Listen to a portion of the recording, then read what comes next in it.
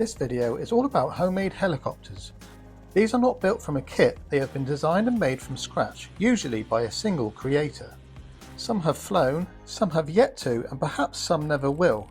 There are plenty of compilation videos showing narrated homemade helicopter footage, but I feel the creators of the machines in the footage are often misrepresented. As someone who has personally gone down this route, I hope I can give some perspective. We start with this footage of a homemade helicopter that flew. No doubt you have seen this already, as the video has had millions of views, and that's because it crashes. We can tell from the video that the rotor RPM is slowly decaying. As that happens, more pitch is being added to the main rotor to maintain lift, increasing the torque. More torque means more tail rotor thrust required, and that takes more power, reducing the engine RPM further.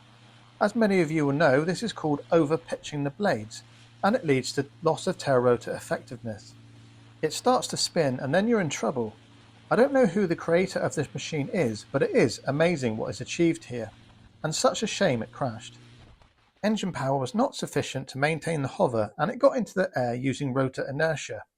Notice a fairing that has been added just for looks. This needless weight could have made the difference between being able to sustain a hover and not.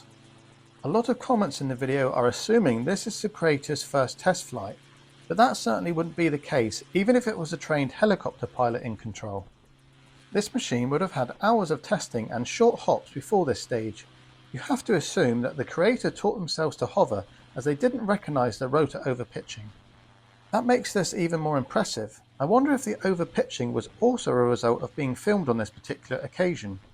Being filmed could increase the desire for a longer hover duration.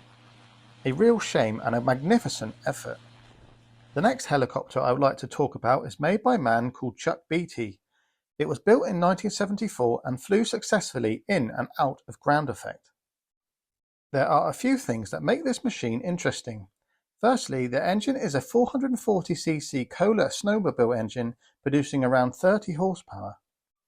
The weight was 136 kilograms, and getting out of ground effect with that little horsepower was very impressive. That means everything was designed extremely well to get that efficiency. Also, bear in mind that this was 1974, way before access to information on the internet was available. The next very interesting thing about this machine was that it had 3 rotor blades and no flapping or drag hinges.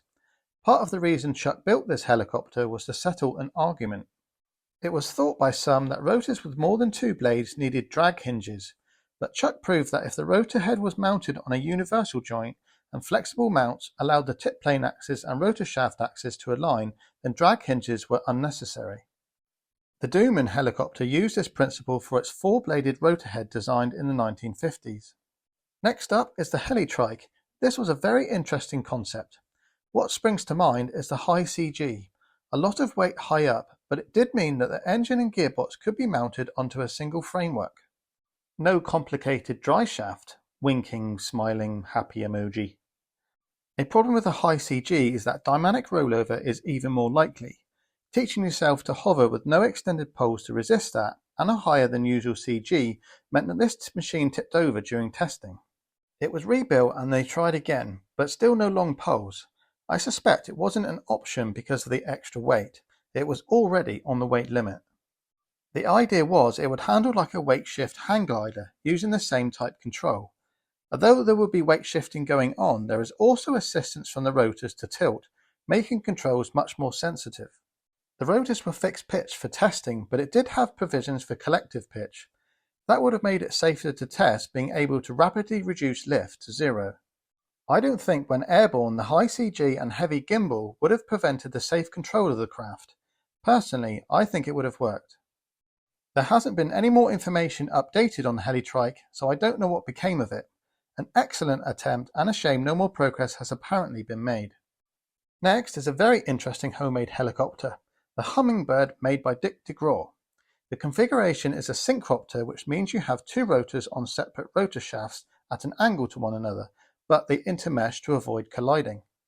The benefit of this is no tail rotor is required because the rotors spin in opposite directions to cancel the torque, but you also reduce the negative aerodynamic effects of rotors in a coaxial configuration.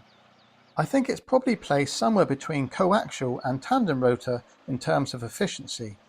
but the angle of the rotors do present a danger if you were to approach the machine from the side. Perhaps why this configuration didn't catch on for transport of passengers. It's powered by two air-cooled 4-cylinder VW engines, one of which had to be modified to run backwards so that it worked with the engines opposing each other. Dick designed and built everything on this helicopter, including the complex gearbox.